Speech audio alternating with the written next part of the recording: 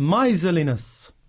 Allah the Almighty says, "It is the people who are safeguarded from the miserliness of their own selves who are successful."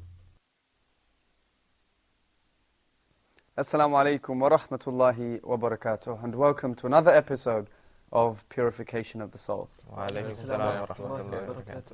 I'm your host, abu-abdissalaam, and we have with us in the studio Brother Muhammad, Gulraz, and Kareem.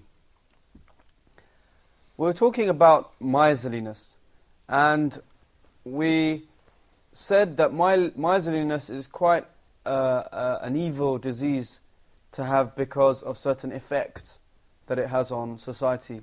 Let's have a recap on some of those effects. It may lead to friendships being broken, because the other would think, oh, my friend is very stingy, he will not give me anything, etc., etc. In terms of public interest, things will not be, built for the public's, benefit. People only spend on themselves. So society may become slower somewhat. So it's this formation of social relation and dismantling of society. Why? How? How? Because everyone is concerned with himself, and That's everyone right. doesn't want to deal with the other. He doesn't Yes. want to give. He just Exactly. only want to take. It's quite contrary to the Islamic concept of brotherhood. Now, there are a number of cures that a person can use, or remedies that a person can follow in order to be removed from this disease of miserliness. The first and foremost is that one should remember that if he is generous to others, then Allah subhanahu wa ta'ala will be generous to him. Allah is the one who bestowed him with all these blessings. If Allah subhanahu wa ta'ala wanted to, He could remove those blessings from him straight away. He should also think of the great need that he has on Allah, of Allah subhanahu wa ta'ala's blessings upon him, and then try to act in accordance with the quality of generosity. We see that example where Allah's Messenger sallallahu alaihi wasallam said, "Ar-Rahimuna yarhamuhum ar-Rahman," that those who show mercy, ar-Rahman, or Allah will show mercy to them. So if a person does a good deed, he expects a similar kind of reward, if you like, but better with Allah subhanahu wa ta'ala. In the same way, when the person asked the Prophet sallallahu alaihi wasallam, "What should I do if I don't want Allah's anger?" He said, "La taghdab." You don't want Allah's anger, don't be angry to other people. So this is like, reciprocating good, if you like. Now, he should try to act in accordance with the quality of generosity. He should also try to ponder over the blessings that Allah subhanahu wa ta'ala has given him. The second thing that he can do to remove this quality of miserliness is that he should try to avoid excessive love of the dunya, love of the world. And we said that the reason that a person is stingy with something is that he loves that thing. If he gets acquainted with the insignificance of this life, it will be easier for him to become generous. Now, Imam Ghazali rahimahullah, he mentioned that miserliness is an ailment. He said miserliness is an ailment which is hard to be cured, particularly if an old man suffers it. Often it's difficult to teach old dogs new tricks. So he says it's particularly difficult to be cured if an old person suffers from it. Now the root cause, he says, of the miserliness is excessive love of wealth. And the person should think to himself, I was not created to merely hoard money. I should also gather some virtues for the hereafter. With this thought, Imam Ghazali says, he'll automatically strive hard for spiritualism and reject materialism. And this will help him to get rid of this love of wealth, and he will develop a feeling of generosity. And we can see that very, very clearly. When a person tries to cut off the excessive love of this world, this will help him in being less stingy. Why? I think viewing life from a spiritual point of view rather than a materialistic one will help one. That إِنَّ اللَّهَ لَا يَنْظُرُ إِلَىٰ أَشْكَالِكُمْ وَلَا صُوَارِكُمْ وَلَكِنْ يَنْظُرُ إِلَىٰ قُلُوبِكُمْ, in the sense that God doesn't look to your appearances or your shapes, but He looks into your hearts. So one must be concerned more with the spiritual side of his life. Which is a very difficult thing to do in this society where it's a capitalistic world. Everybody is just trying to hoard money, wealth. It's a rat race, the 9-to-5 scenario in the West. I think it's very important to note that as Muslims, some of us, we've forgotten about the spiritual side. Rather, we focus more, not only as Muslims, but just as people in general, we focus more on the materialistic side and leave the spiritual side alone. Well, I think it's important to note that it should be 50-50, it should be equal. Or perhaps more towards the spiritual side of things. Because in the end, the real life is the life of the akhirah, is the life of the hereafter. So if a person has his goal fixed, then it's easier to deal with these things. Exactly. I think death is a very good reminder of the hereafter or the afterlife, because if you think that I might die in a minute and all this wealth will do me nothing, all what I will be responsible for, accountable for, is my good deeds and my faith and my beliefs. What are the three things that follow a person, of which only two of them will come back when he dies? Maybe his wealth, His deeds, and the third, his family. So his deeds will leave him. His deeds will come with him. Yeah. But as for his wealth, his family, these things remain behind. They don't go with him into the grave. That's why it's even more surprising that an old man will find it hard to get rid of his... Because he might be closer to death in Yes. some ways, yeah. That's right. You had a comment? I had. It's the comment that life is a bridge. It's not some. It's like a journey that ends with the day of judgment. It's not a destination itself to rest at or to feel settled, to think about money and collecting and gathering. You can lose it in a minute, because you can lose the whole place and everything will die in a minute. I think that, I remember a quote of Sheikh al-Islam Ibn Taymiyyah, rahimahullah, who said, the believer should think of the world as a toilet. He should only go into it when he should only go into it when he needs to, spend little time in it, and leave as soon as he's finished. Yeah, bathroom, yeah. Yeah, I mean, the characteristic of miserliness, it would really affect the society as a whole, because very little goodness will come out if everyone was miserly. People will not save other people's lives because they'll fear that their own lives will be at risk. They will never give charity, never give gifts. Everything will be very much, absolutely. me. This view of life reminds me of the saying of Prophet Ayub, who lived like 950 years, I think. When they asked him about his life when he was 950 years old, he said, life was like a house. I came in from a door and went out from another door. It was like nothing. And you feel that, the older a person gets, you always see and hear of the older people saying, hey, how time has flown by. I just remember, that such and such happened maybe 50, 60, 70, 80 years ago. It feels like last week, last month, last year. So we see that. So the person, if he cuts off this extreme and excessive love for this dunya, then he will in fact be curing his miserliness, or the disease of miserliness. The third remedy for miserliness is that he should think about how people all dislike misers. I mean, everybody hates misers. Everybody. Even the misers. Even the misers. Exactly. Even the misers dislike each other. Thank you. And this thought should be enough to rid oneself of this disease. Because if he's going to be a miser, people are going to recognize it, they're going to know it, they're going to see it. They don't want to hang around with him. They don't want to know him. He's selfish. The fourth remedy is that he should think that one day he may also be in need, just like the one who is requesting from him now. So when a person thinks to himself, let him show some kind of empathy towards the one who is asking him now for a favor. And he may be also in a state one day that he will be the one requesting. He may need to beg someone for something. He may need to borrow someone for something.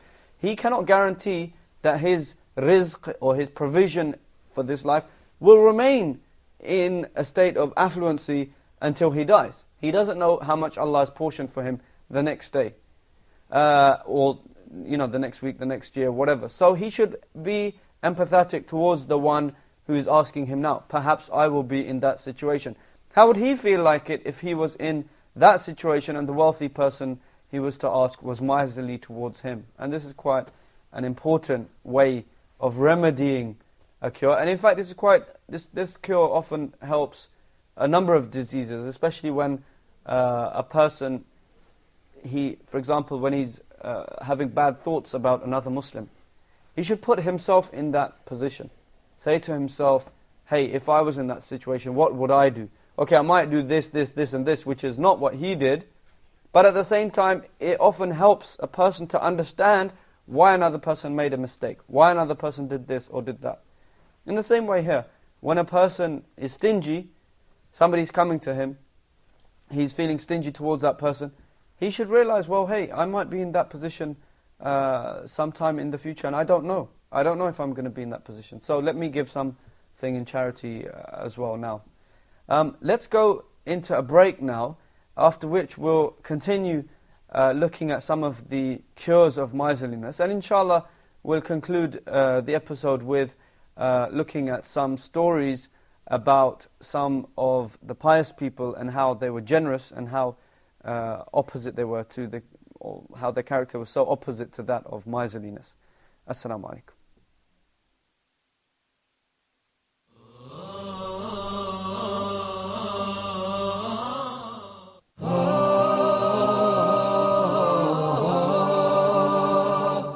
Reviewing the second rule of al-mim as-sakina. That is the letter mim. So if the first mim is non-vowel or sakina, followed by a voweled mim. So I will merge the first in the letter and I will pronounce them as one. وَآمَنَهُمْ مِنْ. And we spoke abundantly on the virtues of seeking refuge with Allah from the outcast Satan. Especially for the first reciter, he's got to recite it out loud. وَالسَّمَاءِ ذَاتِ الْبُرُوجِ. أعوذ بالله من الشيطان الرجيم. بسم الله الرحمن الرحيم. فإذا جاءت الصاخة. وَإِذَا النُّفُوسُ زُوِّجَتْ. Make sure it's Dhamma. وَإِذَا النُّفُوسُ. Thank you for joining us.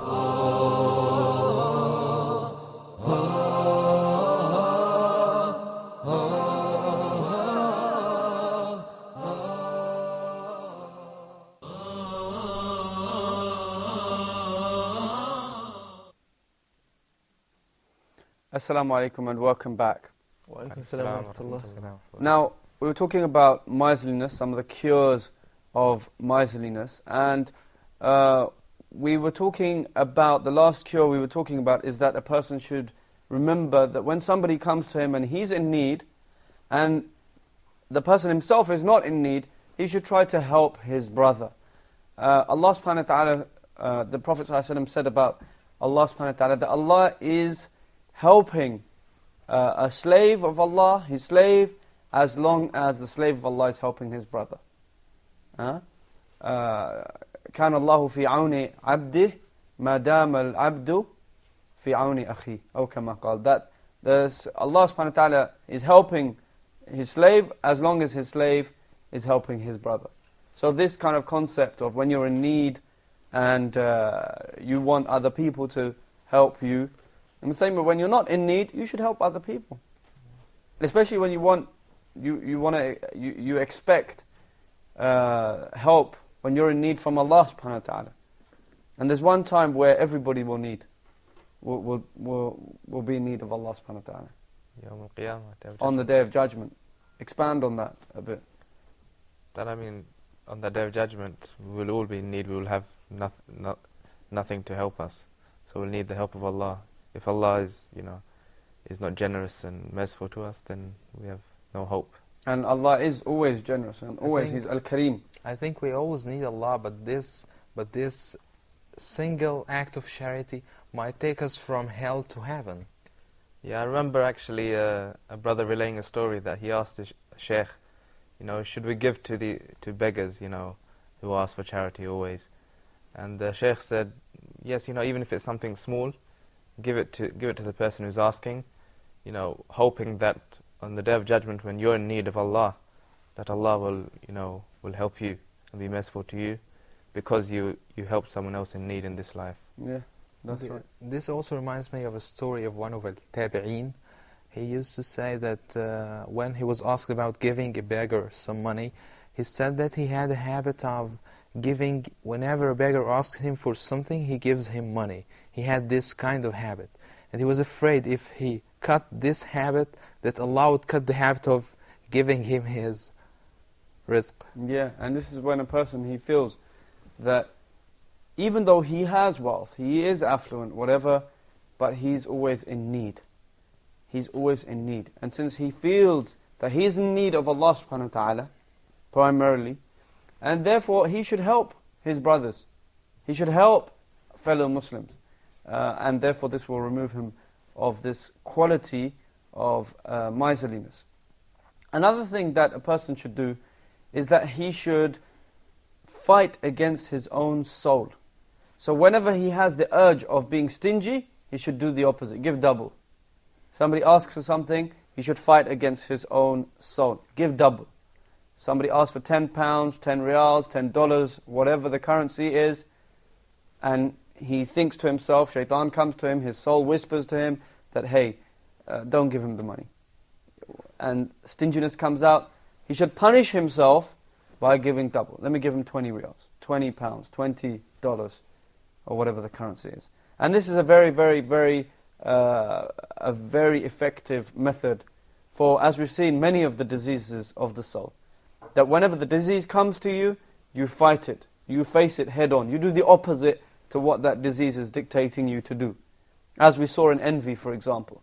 A person is envious, he wants to speak, he wants to, for example, he's envious of somebody's car, he wants to go and scratch the car, for example. He does the opposite. He says, hey, let me wash the car. A bit of charity. Let me do that. Let me act contrary to that charity. And the ultimate aim is to please Allah.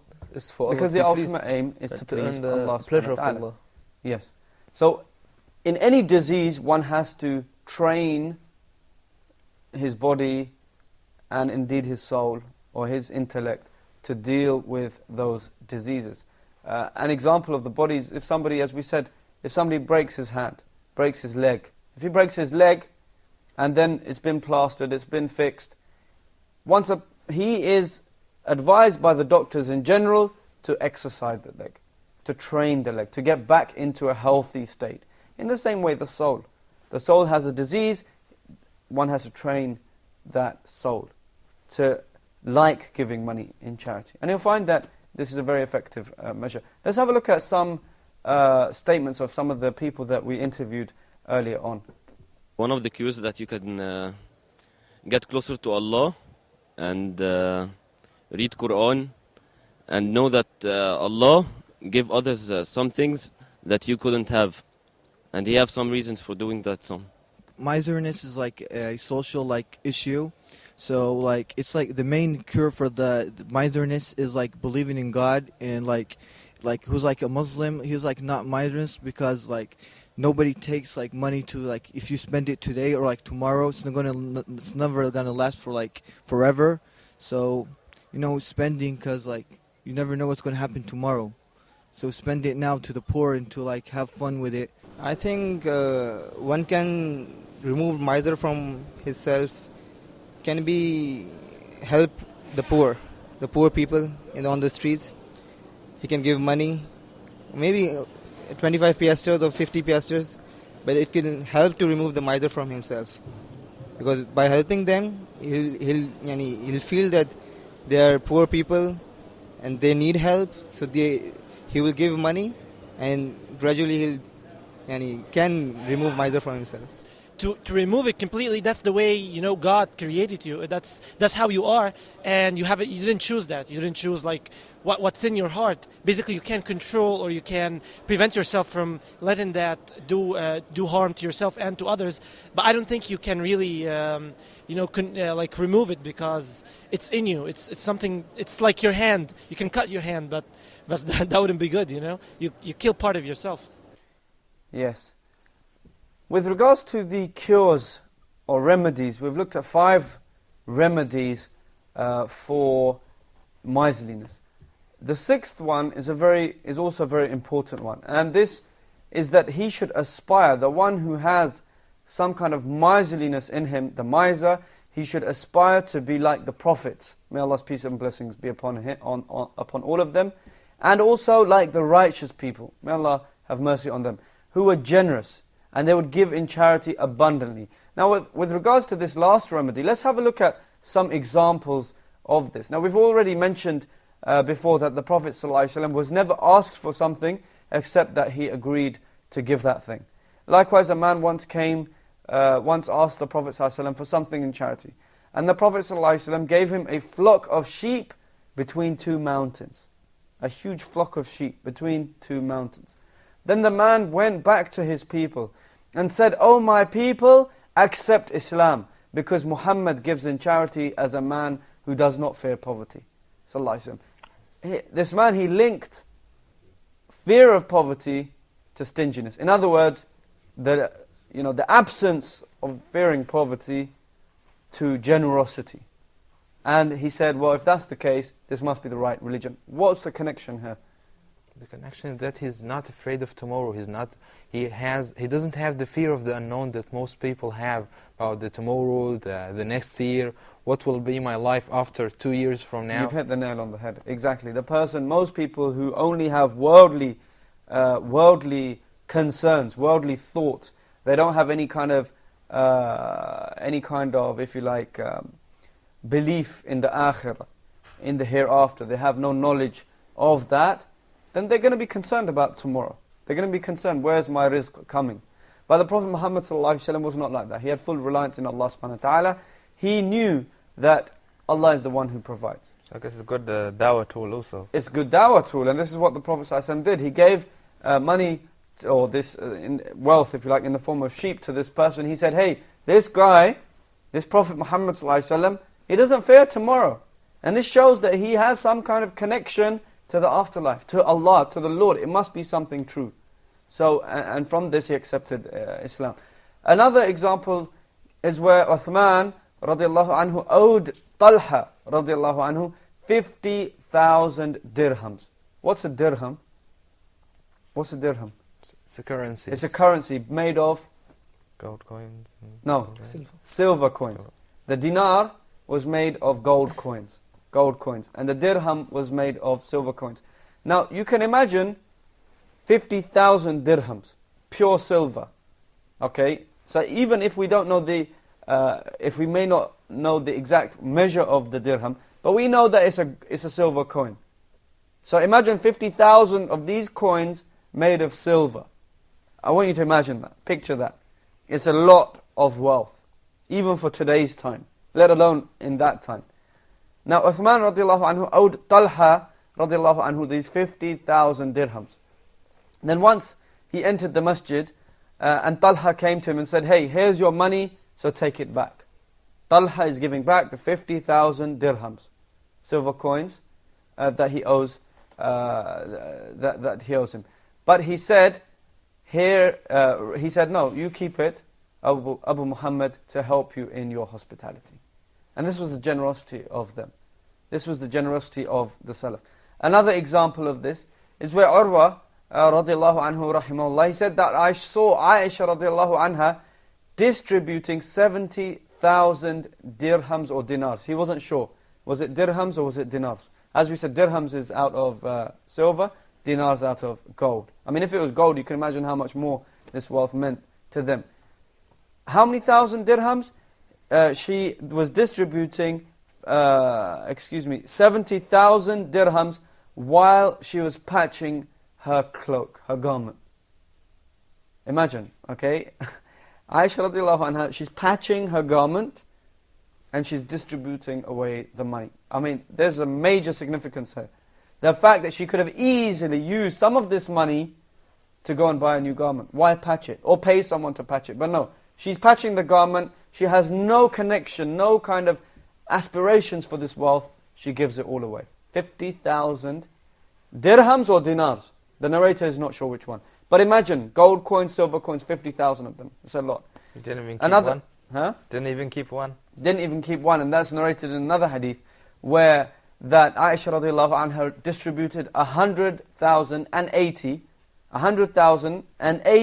again dirhams or dinars, the narrator is not sure, among the people in one day. In one day. So she did have a lot of wealth. She did have a lot of wealth, but she gave it away. When she came upon the evening, Maghrib time, she asked her slave girl to bring her something to break her fast with. She had a slave, she said, hey, give me something to break my fast with. So the slave girl came, Darra, she came to Aisha radiallahu anha, and she gave her, the slave girl came with and brought her bread and oil. Bread and oil. And a companion of hers, she said, Darra, she said to Aisha, could you not even have kept 1 dirham of the money you distributed today to buy us some meat with which we will break our fast? So this was their concern. I mean, they gave so much in charity. Aisha said, if you'd have reminded me, I would have done so. In other words, she didn't even remember that she was fasting. She didn't even remember or think about what is in the house. Another example, Sa'ad ibn Qais, he fell ill, but none of his friends visited him. On asking about the reason, it was said to him, they are shy of the debts that they owe you. Then, people are in debt, this is why they're not visiting him. They're shy. He said, may Allah humiliate wealth that prevents one's brothers from visiting him. And then he commanded someone to call out among the people, whoever is indebted to Qais with something, he is free from it. So he, removes all of these debts. And it was said that the steps leading to the entrance of his house were broken as a result of the numerous feet of the visitors that trod him. So we can see from these examples how important it is to have this quality of generosity and how one should avoid any kind of miserliness. With this, inshallah, we end today's episode. وصلى الله وسلم وبارك على نبينا محمد وعلى آله وصحبه أجمعين. السلام عليكم ورحمة الله وبركاته.